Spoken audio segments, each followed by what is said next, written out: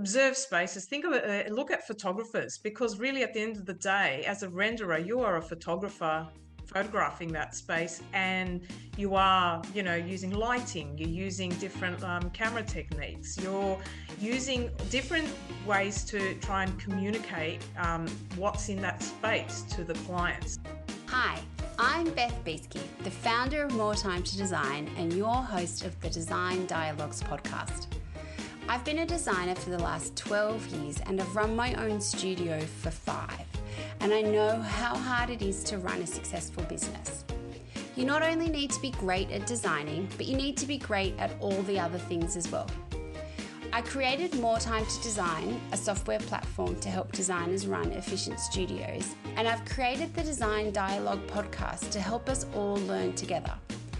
Each week, we will meet professionals who are at the top of their game doing things that help us run our studios. We'll have conversations with social media managers, interior design mentors, copywriters, stylists, photographers, suppliers, and also designers who have been in the game for a long time and who have such a wealth of knowledge to share. I hope that each week you feel inspired and informed at the end of each of our design dialogues. So join me for the Design Dialogue podcast. Welcome to episode 7 of the Design Dialogues podcast. This week I am talking with Maria Georgiou. Before we get to the dialogue, I wanted to remind you about the 30-day free trial that we offer with More Time to Design. More Time to Design is an interior design, studio and project management software that will change the way you run your studio. If you want to know how to build a better business, follow the links in our show notes to see how you can change your business today for the better. I also have a favor to ask.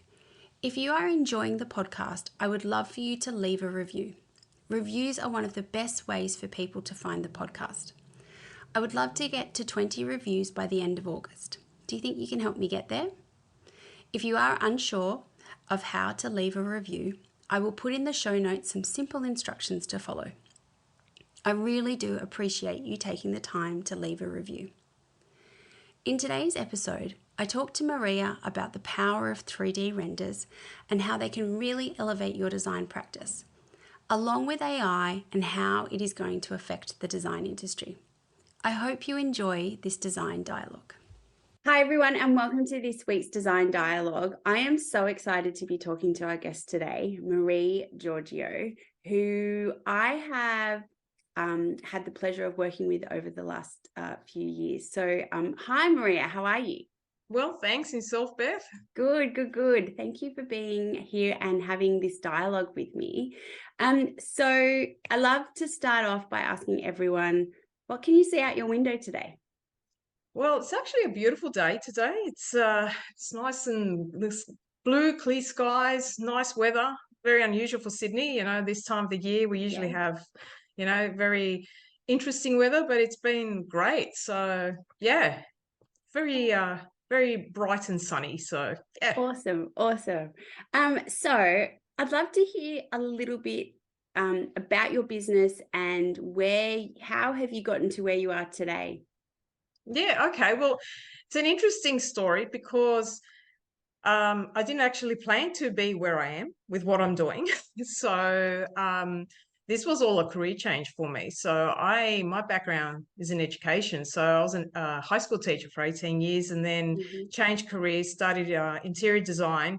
And initial ideas were to, work for designers and eventually run my own design studio, and learned a lot along the way working for different designers. But the last studio that I was at, I just really fell in love with rendering, and it just really just drew me to that. So that's where I wanted to really focus on. And so I decided I would like to really hone in on that, and decided to just go out on my own and do some freelancing. And I've basically just been focusing on building models and rendering and helping other designers with their designs and bringing them to life. And so that's predominantly what I do on a day-to-day basis, but I also teach. So that's the other side of my So I've brought in my teaching back into my design.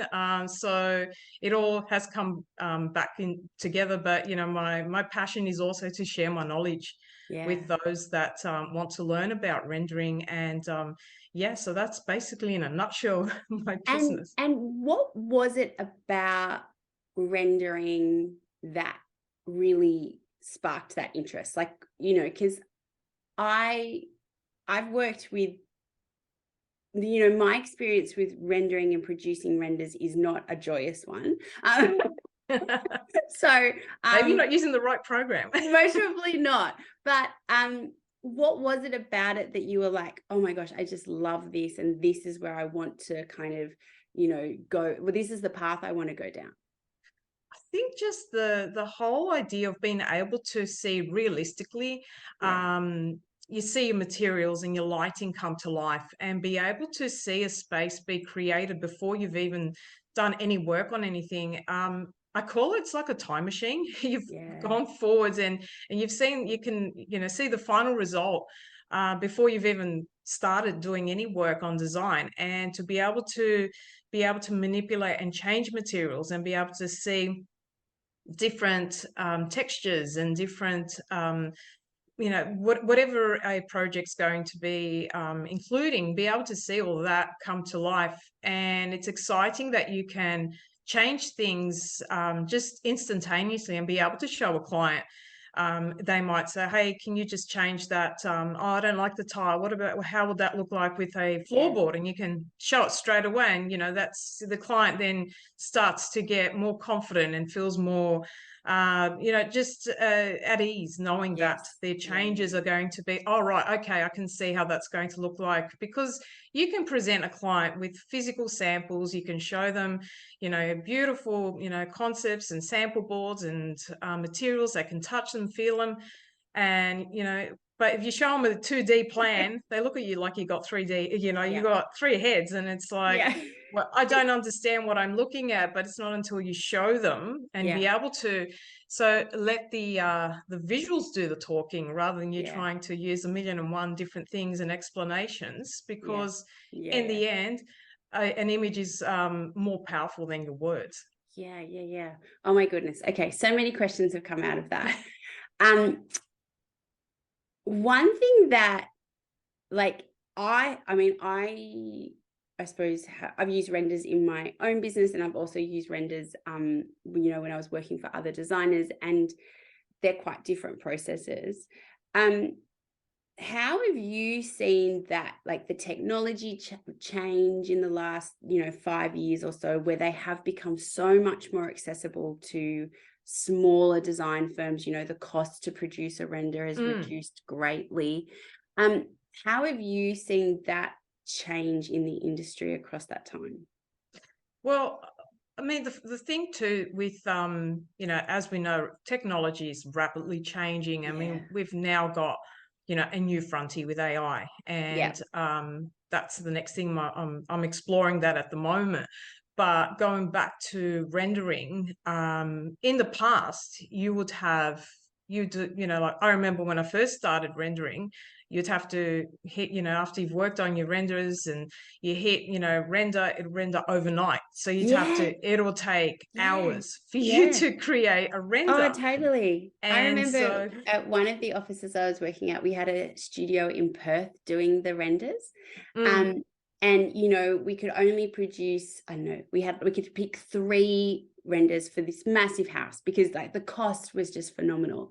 yeah, And yeah, I remember, so, like, and the time difference with Perth made it more complicated, kind of thing. And they were like, okay, we've got to get these revisions in because we need to leave them running overnight, kind of thing. And it's like, oh my goodness. And now it's like, it's so much faster. But yeah, that's yeah. definitely something.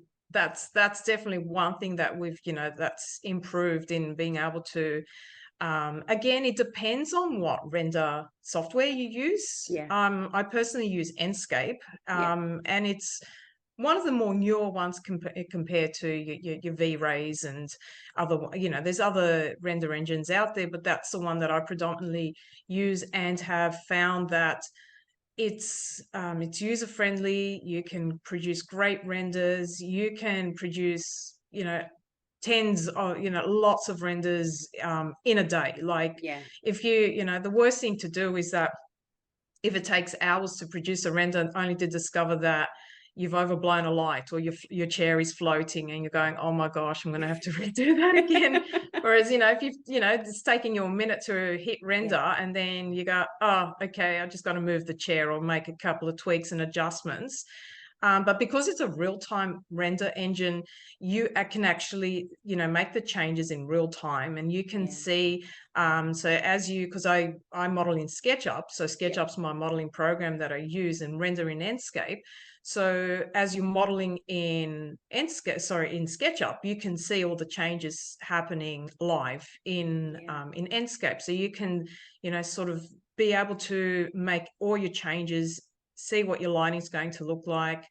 If you geolocate your model, you can see exactly how your shadows are going to be at different times of the day. So it's pretty exciting what you can do and what you can see. And if you were showing a client, there's so many things that you can do that, you couldn't do before. Like you can provide a client with a QR code and they can scan that, and then they can see their space in a panorama view. So if they're standing, say, where the kitchen is going to be, and you've rendered the kitchen and whatever adjoining areas there are in 360-degree view, they can use their phone and look around. Oh, that's where my kitchen's going to be. Oh, that's where my living's going to be, etc. Look up, down, and around, and they can see everything in the spaces as though they're standing right there.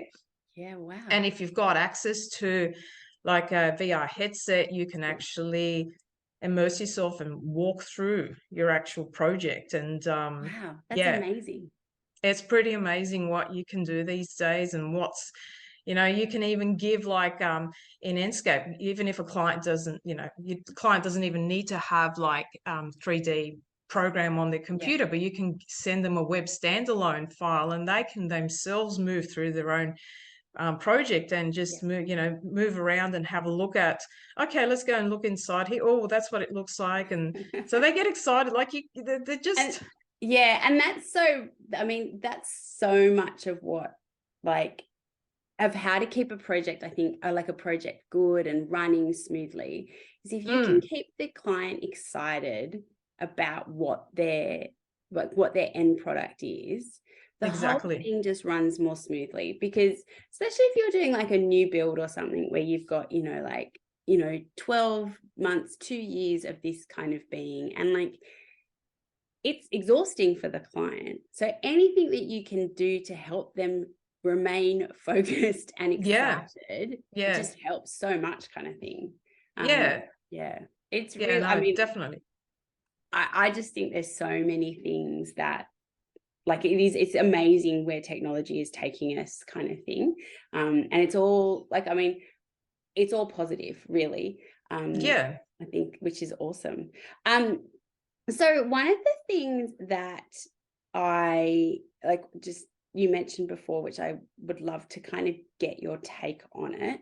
And obviously this is a very studio by studio will be different. But where do you think is the best time to introduce the render? So is it at that first concept meeting where they're still maybe deciding on a few things, and you're presenting, the concept to the client for the first time? Do you include the renders at that stage to really kind of get them going? Or do you think it's better to provide the renders kind of once they've kind of locked in design, selections and finishes and all that kind of stuff, and it's kind of the cherry on top of the pie, where you kind of go, okay, here's a photo, here is your render of what it's going to look like now that we've gone through that process of making all the changes, making changes and selections and all that kind of stuff. What do you think is the best way to use renders in your process? Yeah, well, that's a good question, because you could it's you're not going to put down all your best cards down in the beginning, because then what else do you have? You've got nothing left. And I suppose it's as well, I use SketchUp, I was using SketchUp in my design firm. I felt like it was the right size program for the work I was doing. And obviously with some of the other drawing programs as well, you have the ability to pull, 3Ds out of them as well.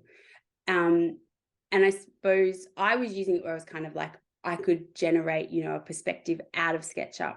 And that's how I would use it at that initial stage. And then I would bring the render in at the end. Yes. But I know a lot of designers who use those, like the renders right at the beginning as well. Like they kind of don't, they kind of just have them going the whole time.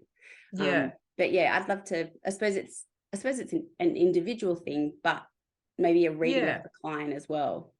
That's right. I mean, the thing too is if you're producing, you need to also think that if you're outsourcing the renders, then there's an extra step in that process, because then you don't have control of everything. You need to make sure you've got everything in place, that you're going to send it out to, and that you're going to have good communication with the person that you engage, because you don't want to be, I know I hear people saying, oh, but I can get a render for $50 from overseas. Why should I pay X amount? And you just think, each to their own. However, you can't beat being able to communicate with someone who speaks your language, firstly, and also knows about, there's different design ideas. Like all you have to do is look at different countries and look at, you can tell when you look at certain renders where someone is from.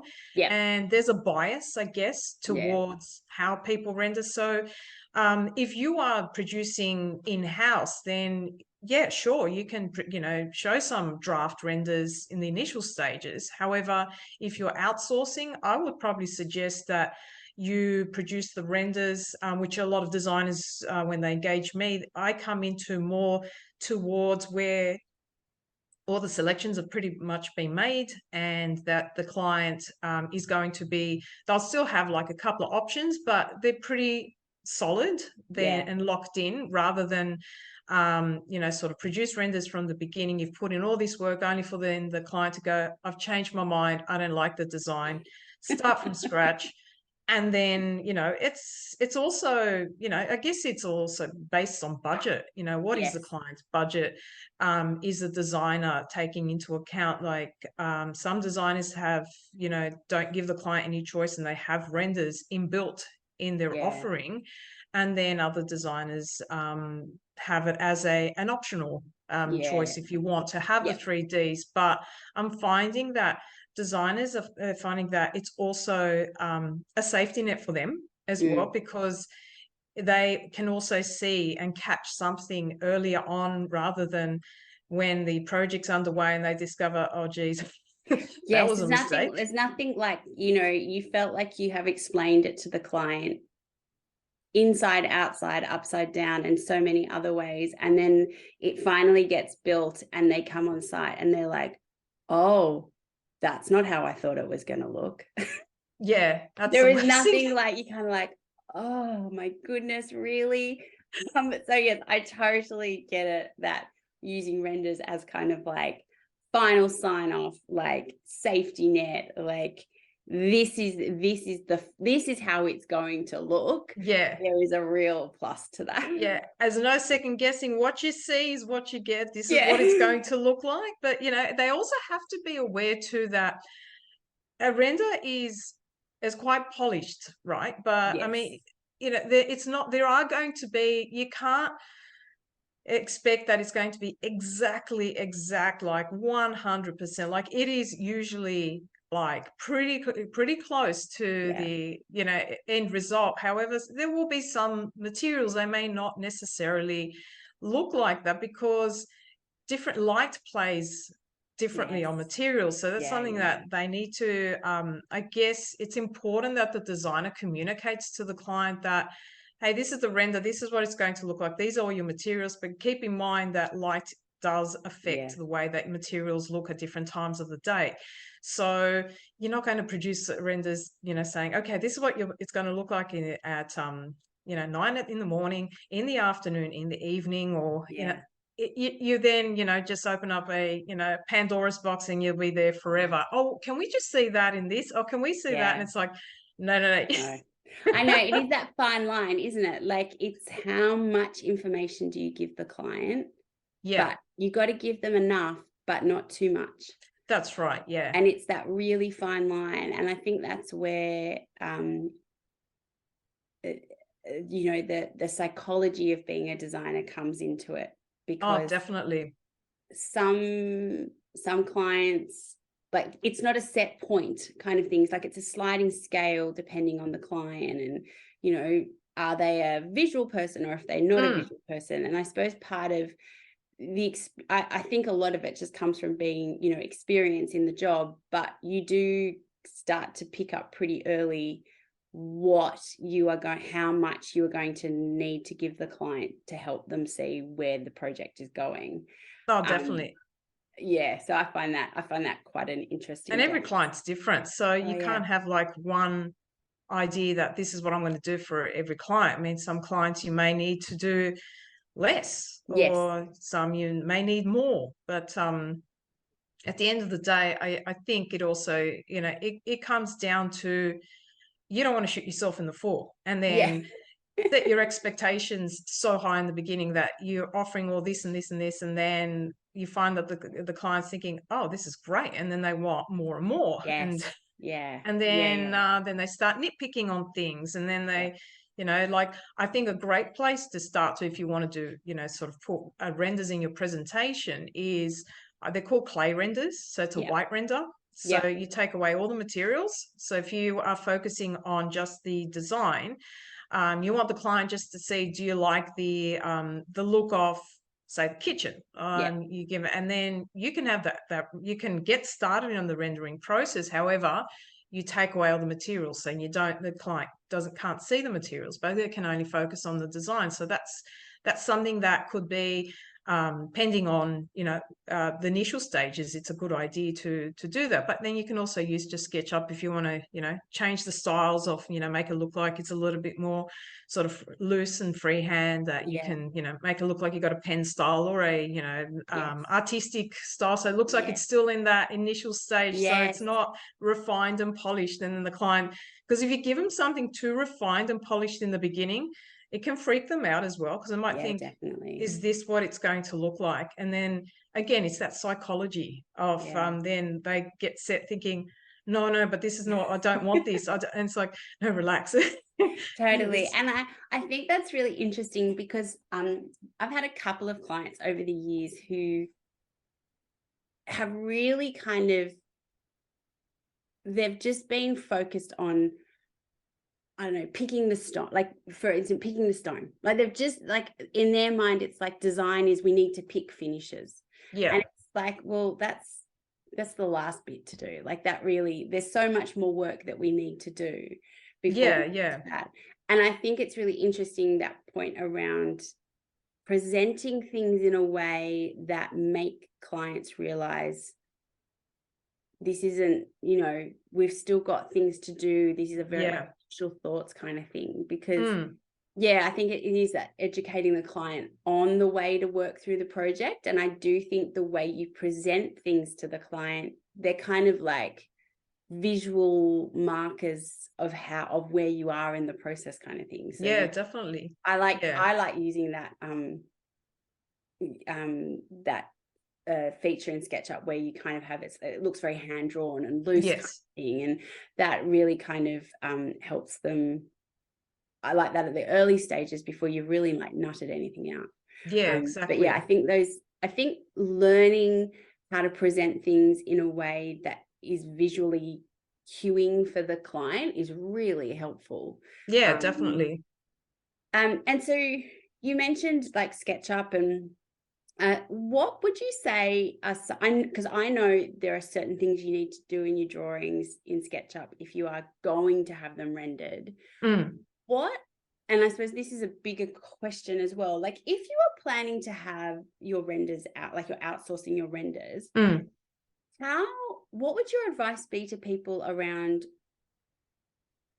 I suppose, when they're first setting up their drawings, but also when you're engaging the renderer to help them communicate to them how you want the render to feel? Like, how much information do you need to give to them to them make sure that it gets done properly? I mean, as you said, I've seen renders that have come back and they've been done offshore, and they have a very different aesthetic. The light Mm, is quite often really wrong for our yeah, Australian environment.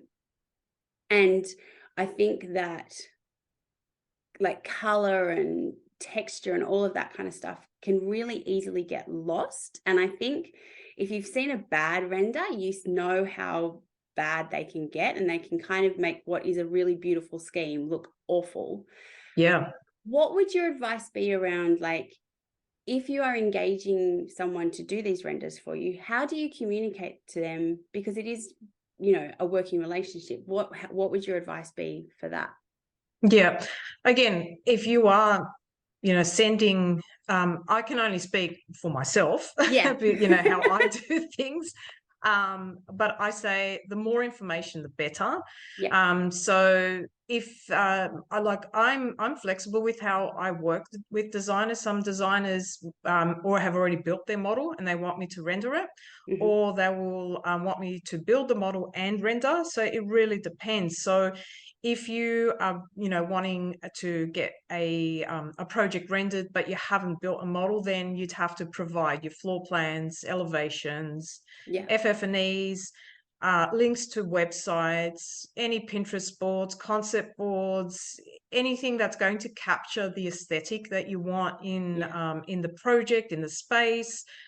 So things like that will definitely help, and dimensions like your ceiling heights, and if there's something, a particular feature, or if you can't get if there isn't something that you can quite find a link to an image, or even something, Yeah. even if it's a little. I've had designers where they go, look, it looks, and they'll do like a sketch Yeah. and something like this, and then you nut it out. So you build it, you send it, and they'll be like, oh no, can we just round that off a little bit more? And so Yeah. it's kind of a back and forth type of arrangement until you get to where what the designer wants.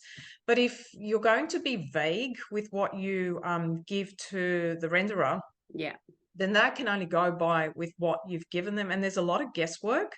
Yeah. And it can be difficult because you're guessing things, and then it becomes even more complicated because then there's a lot of back and forth, because then you send and they go, no, I didn't mean that at all. And it's like, well, if you were clear in the beginning, Yeah. I would have been easier to get that, or you could have Yeah. told me that. Because yeah, like people, I think, and look, I get it that maybe, people don't quite understand what is involved in rendering. People Yeah. think it's just, oh, it's a pretty image, you hit render and it's done. But Yeah. it's, there's so much more involved in it, because, SketchUp is great. You can, you build your model, but then you don't have to worry about what you've put in texture wise. You can that. Yeah. But once if you don't have the right textures, the right materials, and you've got seams in your materials, there's and then you put you fire it up in, I fire it up in Enscape, and then you just go, oh, I can see there's going to be a lot of work on this model. Because really, my understanding of SketchUp is that it's a pretty like blunt tool, in Yeah, that you can get away with like things like not having your textures quite right, and yeah, like it's it's kind of like looking through glasses with Vaseline on them or something. Like it's pretty rough and ready. yeah, yeah. But when you then take that model into Enscape or wherever, it's like the glasses have been cleaned and you can see every single imperfection in that model, can't you? Yeah, well, the best way to explain it is that when you first of all bring in a model into the render engine, into say Enscape, it just looks like everything looks chalky. So it looks Yeah, like as right. if it's got a chalky appearance. Yeah. So the first, and the thing too is that when you render, all those lines that, for your joinery that you create in SketchUp, you can't see those. So Yeah. you cannot see. So you might have a row of cupboards, and then all of a sudden you put into Enscape and it just looks like a whole block. And then Yeah. and if someone is not aware, will go, oh my gosh, why does it look like a block? And Yeah. so this is where you need to understand that a model that you're rendering, I always save as separate. a model, because what you do is you're going to have to do a lot of different tweaks. So you need to create physical gaps between your joinery. You may have to kind of fudge a few things to make it look the way you want it to look. Yes. It kind of reminds me a bit of I've done like some styling on on set, and what you see on set is definitely nothing Yes. that the same as what you see in a magazine. You see these beautiful images, you just go, oh wow, that is not what it looks like on Yeah. set. So it's kind of a similar thing. Yeah. With And I suppose that really comes, like, if you are outsourcing your renders, and like, I know some of the renders that you've done for me, like I've sent over my SketchUp models, and I will admit my SketchUp models are not great. Like, I get it done, but they're not that bad. They're not by textbook at all. But I remember when you were saying to me, oh, we need to do, especially around joinery kind of thing. And I suppose that's where the relationship, like if you are working with someone who's doing your renders, it's about creating that relationship where you go, okay, tell me, am I better to take my SketchUp model only to a certain point and then hand it over to you? Or because by me doing more work to it, I'm actually making more work for you? And learning that kind of to and fro, like as you said, like maybe building the SketchUp model and then to a certain point and then saving that and parking it as your render version, and then kind of keep on working on your other file, which is more your SketchUp file. I suppose getting that relationship between yourself and the person who's doing your renders is really important, because then you're going to limit, like over time, you're going to limit the backwards and forwards. You're going to get that understanding of how you should be setting up your drawings and what details to include and what details not to include, so that you're not creating extra work along the way. Oh, definitely. I think the relationship created between designer and renderer is really important, because it's not a handover, here you go, see you when the job's done. And hope for the best. But that's the reality, is that's very rare. But I think the main thing too is if someone's handing over a model, and what I see that makes things difficult is some people, just designers, because they're building things quickly, don't have good modeling habits. So one of the biggest things is not grouping their geometry. So then once you go in and you want to move something or adjust something, you realize once all those blue dots appear, it's like, oh no. So I think even if a model is not built well, but it is grouped, that just saves so much work you build a wall, triple click, right click, make it a group or a component.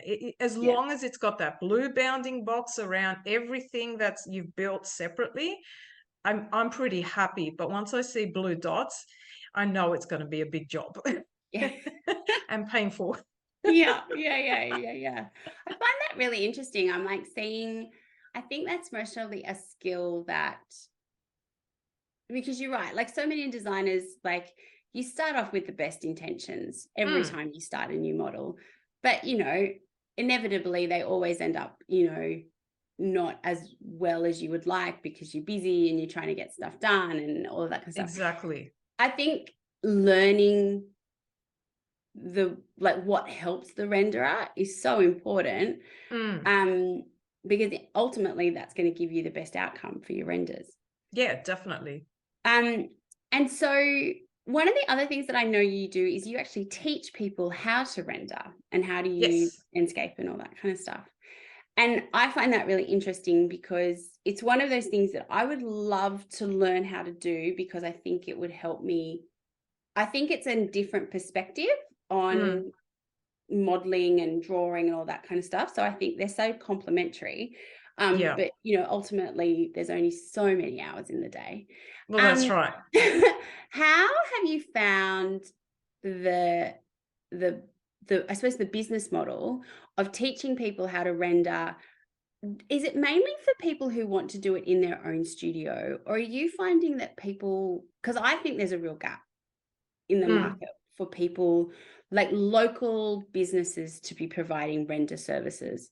I think the cost is people sometimes think the cost is prohibitive, but I think, and so they turn to offshore, and then I think the results from offshore aren't always great. Yeah. Do you feel there's a kind of an opening in the market, and are you seeing more people kind of coming to do your course because they want to set up these businesses to be able to, like, as a support service to other interior designers? I have both.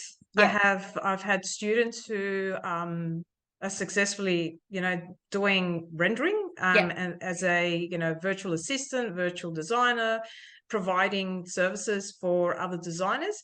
And then there are designers who want to be able to produce renders in their own business so that they can give to their clients. And I find that I really think that if designers knew how to do their own renders, then that it will cut out that time that you need to communicate with the renderer. Yes. And then you know exactly what you want to do, and you don't need to explain yourself to, hey, I need that, can you just tweak this? No, I need this change. If you know how to do it, you just hop on, you do it. And the beauty of Enscape is that it is not a difficult program to rendering program to learn. It's very powerful. You produce high renders, quality renders in a very short space of time. But like with anything, I mean, my course, my videos go for 3 hours. Like with the whole course, I can teach you Enscape in 3 hours. However, then it's up to you to then go and practice and tweak and refine. So it's not about, you can learn how to render in 3 hours. I mean, you could, and you can hit render and you can have a nice, chalky draft render, and your client might just go, wow, that's amazing. You're like, it could be better. But what I'm saying is that, again, you take it as far as you want to take it, because if you want to be, like ultra, sort of great at rendering, then you're going to have to put that time in. But if you want to just render so that you can get by, so you can present the clients and you get, semi-decent renders and your clients are happy, then you've achieved that goal. So again, it depends on how good you want your renders to be, and how much time you have to put into that. And and then at the end of the day, like I find with myself, I'm like, I've used other render engines, and I know there's other render engines that can do more than what I can do in Enscape. And then I'm like, well, if I use that, then it's also comes down to time, and then is the client going to want to spend an extra couple of $100 because it's taken extra time to get that? Is it really that important in the end? So if getting that detail, is that going to make or break the design? Most of the time not. I think it's an ego thing.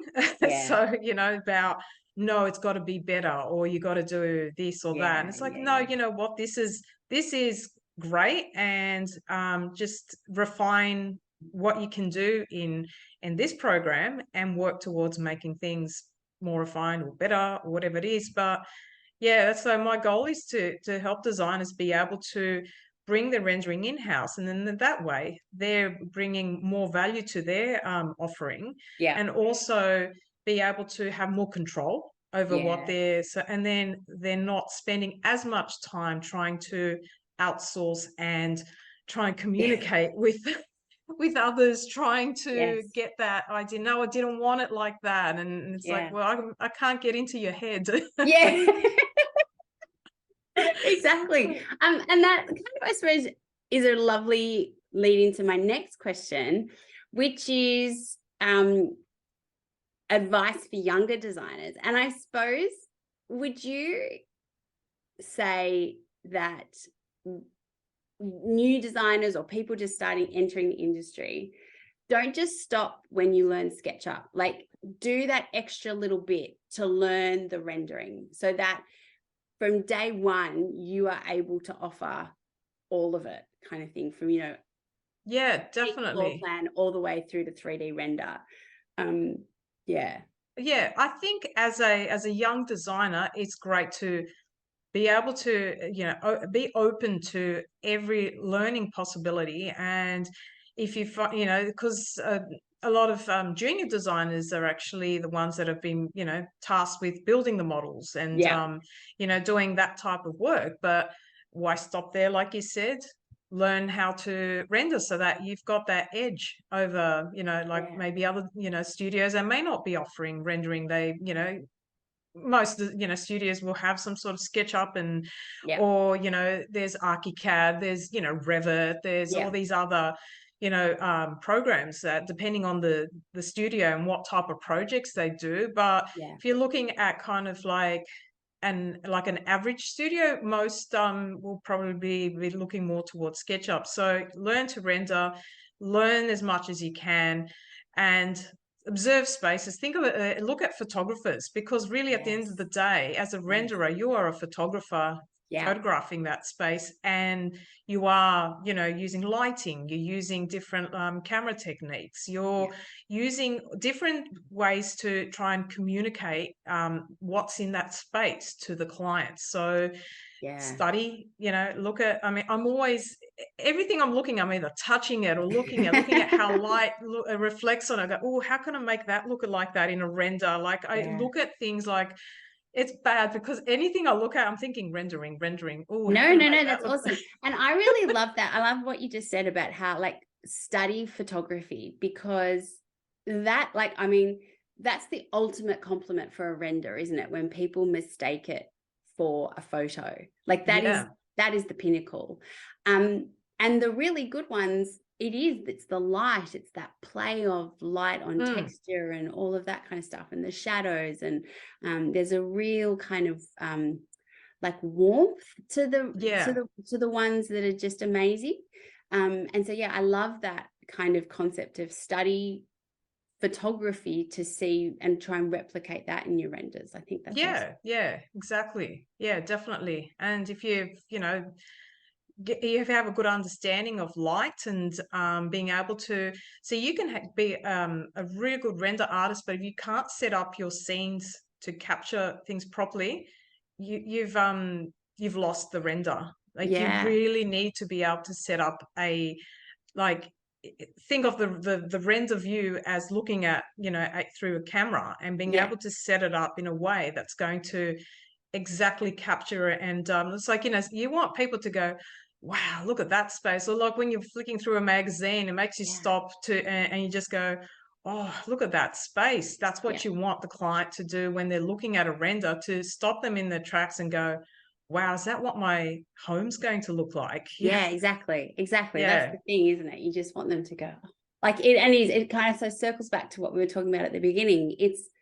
They are an amazing communication tool, but they're one tool out of many that we have. Correct. But if you can harness that power to really, spark the client's imagination, they can be awesome. And they're a great tool as well to bring out throughout the process, kind of thing. Like, they are. They're great. I think that I think designers who aren't using 3D renders in some way, they're really missing out on on quite a crucial tool. And I think the barrier to entrance to using them is so much lower than it ever used to be. Definitely. So, it's accessible now. It's not something that is not up in not attainable. So anyone can learn to render. I think as well, most clients expect them these days, at least some kind of 3D render. Oh, definitely. I think that there's so much on Instagram and Pinterest and all that kind of stuff that I think there is an expectation from the clients to have them in the presentation or in your, for sure, your workflow. So I think it is definitely a way of making you seem, or not seem, but making your presentations more professional and more kind of, it's another way of showing the value that you add to a process. Exactly. It's not something that, I think it's one of those things that it's not easy for, Joe Blogs, whoever the client, to do it themselves. Like it really is something that you have to be skilled at to get at.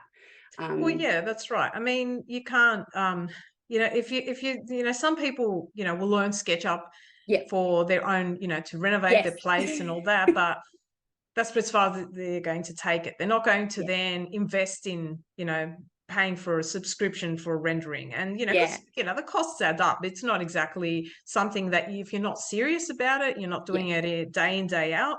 So it's not worth doing that in that Yeah. way. But, I think, SketchUp is accessible for, even someone who's not a designer and they Yeah. just want to, see how they visualize their own renovation, which is great. But as a designer, as a, an offering, Yeah. then you're missing out if you're not giving that option of photorealistic Yeah. imagery for your client to be able to see their space.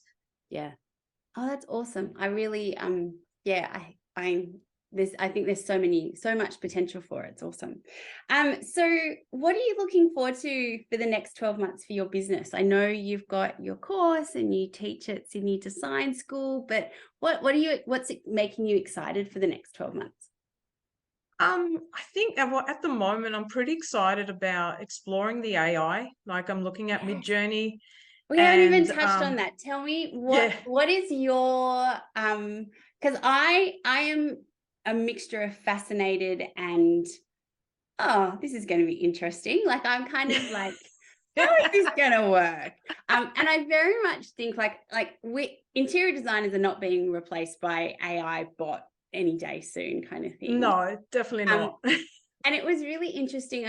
I saw something from and I'm going to forget all of the details about this, but at Milan this year there was an Australian designer who created an AI designer, and throughout the fair they were asking feedback. They were creating like models and like artwork, like clay artworks, I think it was, sculptures, and throughout the fair they were asking feedback from people visiting the stand, and that feedback would get fed into the AI interior designer or the designer. Yeah. And at the end of the fair, they were able to take all of that feedback and create the, revised product. And the point of it was kind of, the ability of this designer, this AI bot designer, to take that information, manipulate it, produce this new, version of the product quickly and, in a way that no human, like it would have taken a massive team to turn that around in the space of the fair. And like that's a really interesting way of using AI in design. But I kind of, I'm like, I learn a bit about it and then I'm like, oh, okay, that's different. Well, a lot of people are scared of it. A lot of people are, getting, there is a mixed reaction about it. I believe that this AI is another tool to add to our other tools that we have.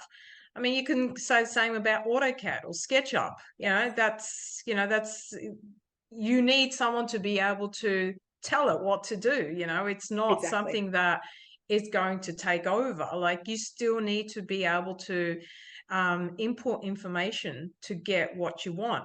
And it's interesting because I believe that with these AI, it's going to make us better communicators, because if you can't communicate exactly what you want, the bot's going to spit out what it thinks you're saying, and then makes you realize, oh gee, I'm a crap communicator. Oh, that's not what I meant. Oh, what is that?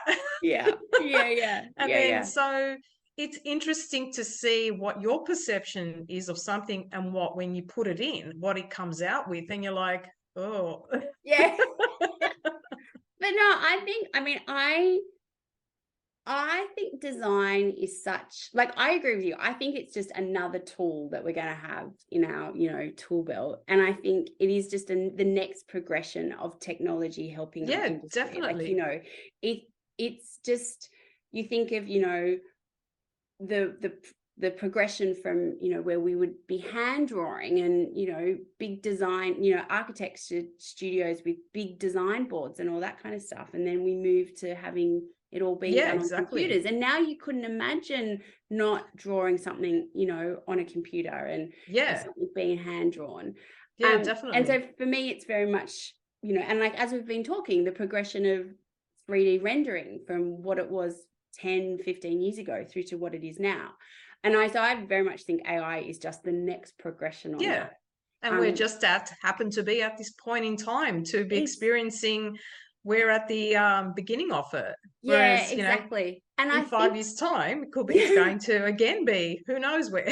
exactly. But I do think the part that, like, I know most interior designers will say this, that we should really have a double degree of psychology and interior design, because so much of what we do is dealing with the emotional part of the client, the Oh, emotional part of definitely. the process, Yeah, the for project, sure. dealing with, like, working out what exactly are they trying to say when they're saying something very different to me and all of that kind of stuff. Yeah.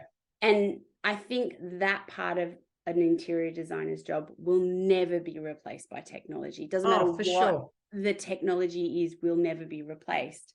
And so I Yeah. do think that it is about kind of embracing it with a slight level of skepticism, but Yeah. going, it really is just another tool. Like, Yeah. looking at this thing from Milan, like the fact that they can make things quicker and process vast amount of data quicker, kind of thing. Like, that's great. That's going to help us. So yeah, I think it's really interesting how it's going to come into our industry.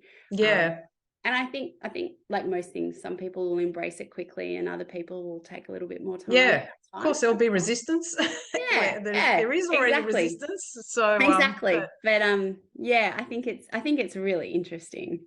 yeah, it's fascinating, and it's both fascinating and scary and exciting all at the same time, because Yeah. you just like think, wow, this is yeah, it really just really blows your mind what is and then I can't help to think, but like, when, you know, AutoCAD or SketchUp came about first, that would have been kind of the same kind of Yeah. reactions back then, like thinking, oh my gosh, like, or you mean I can do this in like only a fraction of the time instead of Exactly. drawing it by hand? So it's a similar concept, Yeah. just that it's just going to make your life easier, quicker.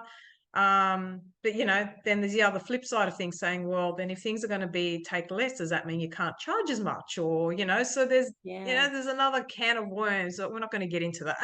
No, that is a whole other episode. Oh my goodness, whole other episode. But yes, I know what you mean. But like yeah, I think it's a tool and it's a value that we add. Like, I think Yeah. AI is going to fall into the category of, like, what we were saying. Like, Joe Blogs off the street might be able to use a small portion of it, but it's Yeah. someone who is truly experienced in interior design.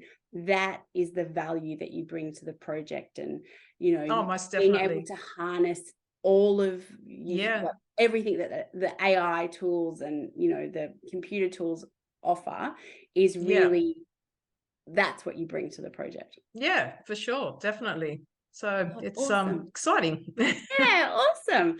And so how can our community find you, reach out to you, find out about your course? Where is the best place to reach Maria? So my website has got all my details. So on there I've got my course on there. I've got my contact details. You can call me, you can Awesome. email me. Happy to always have a chat to whoever needs to find out more information. So yeah, Awesome. so And we website. will link to all of that in the show notes for everyone. Fantastic. Thank you so much, Maria. I have enjoyed this chat and I could keep talking for hours about AI and where we're going to go with it. But thank you so Yeah. much. I've learned so much about the process of rendering and all of that. So yeah, so thank you so much, Maria. I hope you've had Thank you fun. so much for having me, Beth. Really appreciate it. That was such a great conversation with Maria. I hope you enjoyed it as much as I did. I learnt so much from Maria. I thought I knew a lot about rendering, but she, as always, I learnt so much. Once again, as we see coming up in so many of these dialogues, so much comes down to communication. Communication between yourself and the renderer and what you are trying to achieve is so crucial. I also really loved Maria's description of thinking about your renders as a photographer. I think that's such a great perspective to put around it when you are building your renders and even coming into maybe pulling a render out of SketchUp. I hope you found it as interesting and insightful as I did, and I look forward to seeing you for our next design dialogue. Thank you for listening to this design dialogue. I hope you have found it full of inspiration and helpful information to take into your design studio. If you would like to unlock the power of effortless studio management and elevate your design business to new heights, please follow the links in our show notes to see how more time to design can help you build a better business. If you would like to get in touch, please reach out on email or Instagram. You can find the links to both in our show notes. I would also love it if you could rate and review this podcast. This helps others find it. Follow the link in our show notes. Have a great week, and I will see you for our next design dialogue.